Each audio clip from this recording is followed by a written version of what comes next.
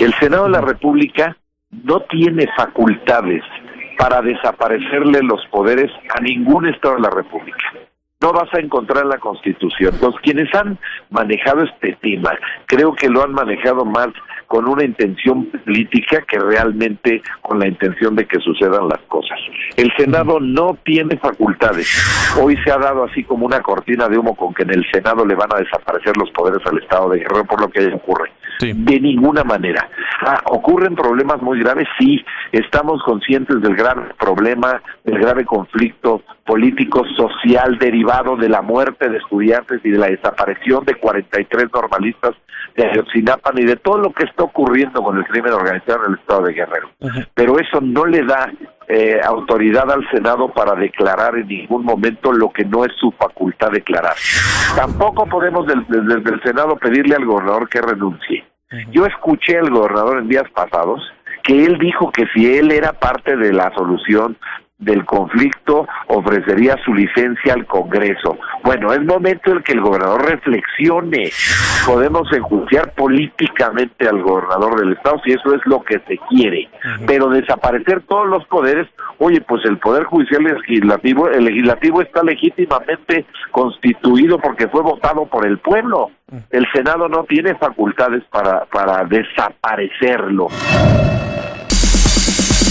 No tenga facultades para desaparecerlo, fue lo que dijo en esta segunda emisión de Noticias MBS el senador Omar Fayad, pero ya lo ha hecho en al menos otras 7 ocasiones.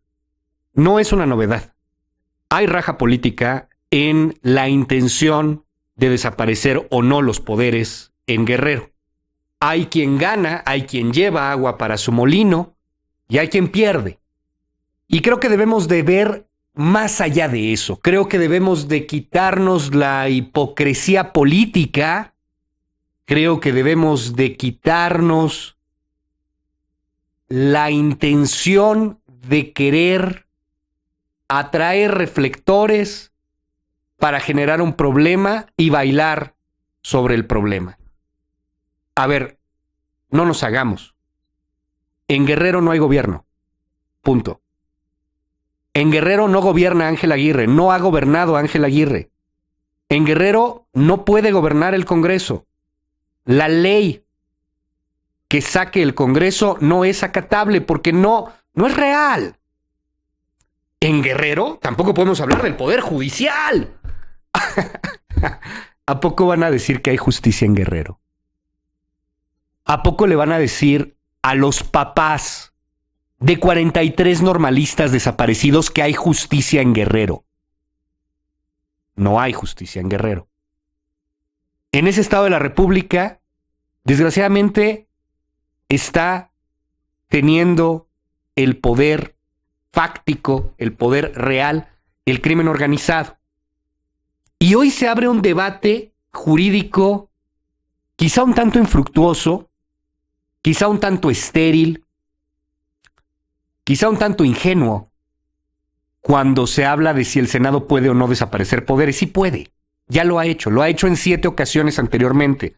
Ok, a ver, jurídicamente no es que el Senado desaparezca los poderes, es que el Senado se da cuenta que no existen los poderes y por lo tanto declara que desaparecen los poderes porque se da cuenta que no existen. Parece cantinfleo, ¿no? Así es la ley mexicana. Nos encanta irnos por las ramas. ¿Hay muertos? Que sigan habiendo muertos. Lo interesante es irnos por las ramas, pues. Lo interesante es buscarle por otro lado. Lo interesante es ver quién saca raja política de qué. Hay 3 opciones que pueden darse en estos momentos en Guerrero. La primera es que renuncie Ángel Aguirre. Si renuncia Ángel Aguirre, el Congreso local tendría que nombrar un gobernador sustituto o el Congreso local inclusive podría rechazarle la renuncia al gobernador. El gobernador sustituto o interino se quedaría hasta el siguiente periodo de elecciones, que ya es en 2015.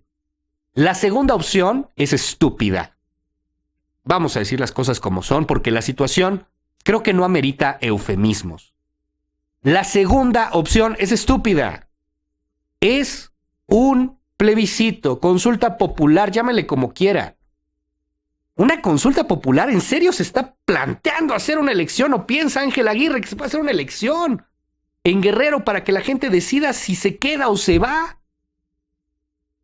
No es un estado en donde se puede llevar a cabo una elección con el tema de seguridad como se encuentra en estos momentos. Y viene otra tercera opción, que es justamente esta, la declaratoria de desaparición de poderes que se encuentra ya plasmada, consagrada en la Constitución Política de los Estados Unidos Mexicanos por parte del Senado de la República, y en donde el Senado tendría que escoger de una terna del presidente de la República 3 nombres. Si el presidente no le da los 3 nombres al Senado, el Senado tiene la libertad de elegir al gobernador interino que quiera y que estaría ahí hasta la siguiente elección. Ahora, esto no es nuevo. Esto no es nuevo. ¿Y sabe qué es lo más feo de todo? Esto no es nuevo en Guerrero. La primera vez que se decreta o se declara una desaparición de poderes en Guerrero fue en 1918, cuando en ese entonces, en plena época postrevolucionaria, el gobernador de Guerrero se rebela en contra del gobierno de Carranza, en contra del gobierno federal. Después vino otra desaparición de poderes. Esta fue en 1935 y fue por un caso realmente grave. El gobernador de aquel entonces, en 1935 en Guerrero, fue acusado de ser cómplice del asesinato de campesinos en Coyuta de Catalán. En 1941 hubo otra desaparición de poderes en Guerrero. Y en esa ocasión, fíjese nada más que curioso, fue por fraude electoral. El gobierno de Guerrero, las autoridades de Guerrero, fueron acusadas de haber intervenido en la elección estatal. Había revueltas, manifestaciones, muertos, todo. Y el Senado terminó por declarar la desaparición de poderes. En 1954, el gobierno es acusado de violar garantías individuales, igual en Guerrero. El 4 de enero de 1961, el gobierno de Guerrero termina también con una declaratoria de desaparición de poderes por parte del Senado. ¿Por qué?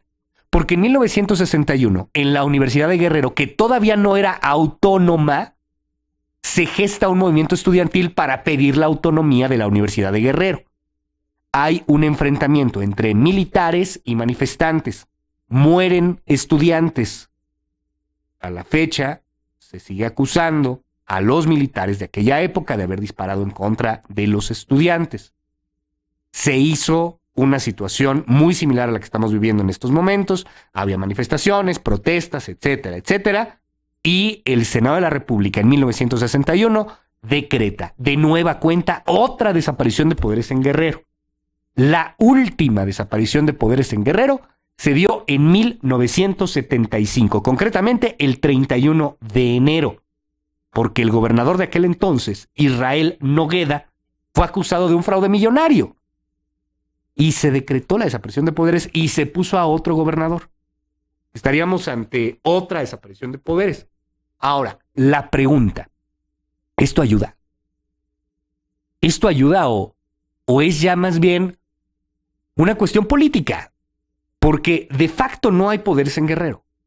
De facto, en estos momentos, el control de seguridad, por ejemplo, en varios municipios, está bajo el mando de la Policía Federal y del Ejército Mexicano.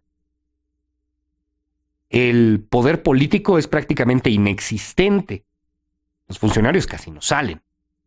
No podemos hablar tampoco de la administración de justicia, al menos no desde el punto de vista del ámbito penal, porque están totalmente rebasados, en muchos casos aterrorizados.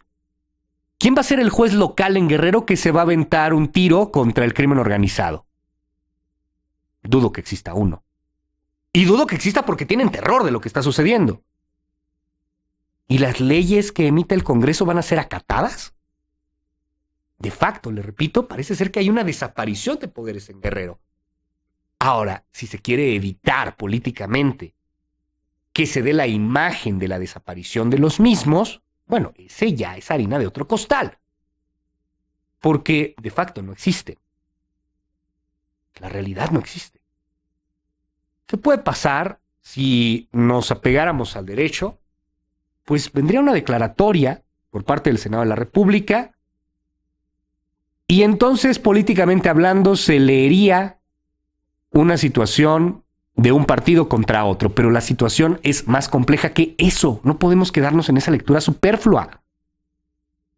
Puede venir otro camino, la renuncia de Ángel Aguirre. Alguien podría decir que se vaya por las buenas. En vez de que el Senado lo retire, que él mismo renuncie. Pero insisto en el trasfondo del problema. Si se va Ángel Aguirre, ¿se arregla algo? Es un cambio político. Y viene una elección el siguiente año. No sé si necesariamente la renuncia de Ángel Aguirre va a ayudar o no va a ayudar. Lo que sí sé es que Ángel Aguirre, por lo que ha declarado en los pocos comunicados, entrevistas y mensajes de Twitter que ha publicado, es que está más preocupado por cuidar su imagen, ya ni siquiera la de su partido político, porque el PRD está hundido, hundido en Guerrero. Pero está más preocupado en cuidar su imagen pública, en que no le griten en las manifestaciones, en que no le quemen el Palacio de Gobierno, que en gobernar. Está rebasado. Y esa es una realidad. Ahí está, ahí se vive, ahí se siente, se respira en Chilpancingo.